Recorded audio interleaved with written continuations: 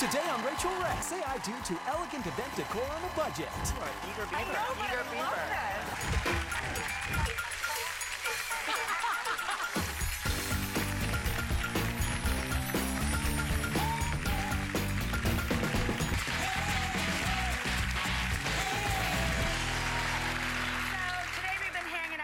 Our favorite current podcasters. This next one is from right here in New York City.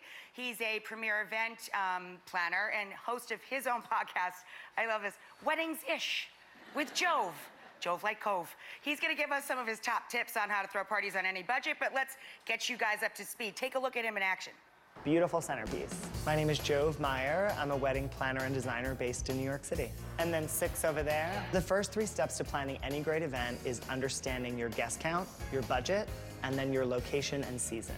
And each of those sort of impacts the other. So your guest count will then impact your budget, which will also impact the spaces that you're gonna look at to host your party. More and more people are looking to have events in unique spaces, and I love that vibe. But what they don't realize is if you rent a beautiful empty space, you're bringing everything in. And then all of a sudden, you're over budget. So if it's a more intimate event, a restaurant is a great option. It comes with plates, flatware, glassware, china, bartenders. And if you love the ambiance, then you already are saving so much money on decor and rentals. I'm loving how people are embracing color in their celebrations. Colors are emotive of fun times and high energy. Most candles come in white, but they also come in every color of the rainbow. And when buying candles, you want to buy high and low. This way we're playing with shape, size, and texture, which really sets the ambiance for a great party. The flower of the moment that is the most affordable, but also making a comeback, is the carnation. You can buy a lot of them and make a big wow moment without breaking the bank. When thinking about a place card, we always recommend an envelope. It's a fun, easy thing that you have at home, and that way you can either lay it flat or you can pop it up to have some extra height, and it makes a big impact on your table. Another fun way to surprise your guests is to put a note inside their envelope. Here we did fortune, so all of our guests tonight get a random fortune that's uplifting and fun. An important part to any event is the cocktail, the alcohol. So we always recommend having a beautiful bar with a ton of garnishes. This is such a fun way for guests to feel like they make cocktails. They can pick as much or as little as they want of every ingredient and blend it all together for the cocktail of their dreams. When hosting a party, you don't want to play server and host. A station is a great way to do that because you can do all the preparation in advance, and then guests can help themselves as they want. Easy. You should throw a party that has your stamp on it and that makes you happy, because then your friends are totally going to be happy.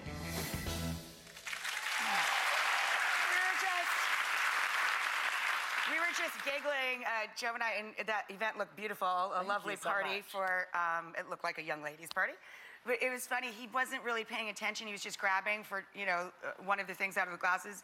He accidentally chose the chili pepper. I didn't know you were going to tell everyone. They had to stop tape because a river ran through it. I was crying so hard. So if you have a bar at home that you set up on yourself, don't put jalapenos out. And go wash your hands. And if you do, don't have seeds in them because you will cry. So tell everybody about Wedding-ish, about the podcast. Yeah, so Weddings-ish with Joe is a podcast all about event planning and weddings specifically. So if you're planning any kind of an event, you can get really helpful tips. And we interview all kinds of people, from cake makers to florists, and each episode we give helpful tips. So you're getting sort of the behind the scenes of the people that build events. Absolutely. Right. They're giving you the lowdown. And tips each time. Like, do you really have a year to send a thank you card? No. Oh. Totally rude. Okay. I will always take wine. You can send it to me 3 years after the occasion, and it's fine. Same. Same. I'm not very crafty. But you brought along a couple little simple demos. I did. We have 3 beautiful demos today to throw a party on a budget that doesn't feel like a budget. So these pillows, we're doing place card pillows. Place card pillows. Everyone's obsessed with their names, and it's something that's so easy to make, and you can bring it home as a gift. So we got these at a dollar store. $1 is all your investment is here. I love dollar stores. Same. I have a weird obsession with them, actually. I live next door to one. It's dangerous. They know me by first name. Yeah. It's pretty embarrassing. Oh, Jove, we got a new pretty shipment. bad. Check the last aisle on the left. I'm like, I know. I saw it come in. All right, come on, put me to work. What do we do? It's so simple. This is a fabric paint. You apply your paint. name in stickers or whatever name you want to do. Make sure you push hard. Right. Give it 3 to 4. This side, even it out. That's Okay. it. Let it sit for a couple seconds. I think we're good. You are eager beaver. I know, but eager I beaver. love this. It's therapeutic. It's therapeutic. Now it's a competition. You really went for it. You know, I over-season food, so I tend to overpaint my pillow. Got it. You're an overachiever. I'm an over, yeah. So we don't have gloves, but I think we can just get right in, and you just simply peel it off. Yeah, that works. And it's such a cute little thing because your name shows Cute. right on there. Yeah. Yeah. You pop it on the back of the pillow. See, now if I were home, though, Isabu would have this hanging out of her mouth. It would be a really cute, personalized dog toy. Totally. Yeah. For $1. So Yeah. she can destroy as many as she wants. as many as she wants. Another fun thing is we were talking about carnations Yeah, I are love that having carnations are a back. comeback. So what we're doing is we're creating a garland with carnations.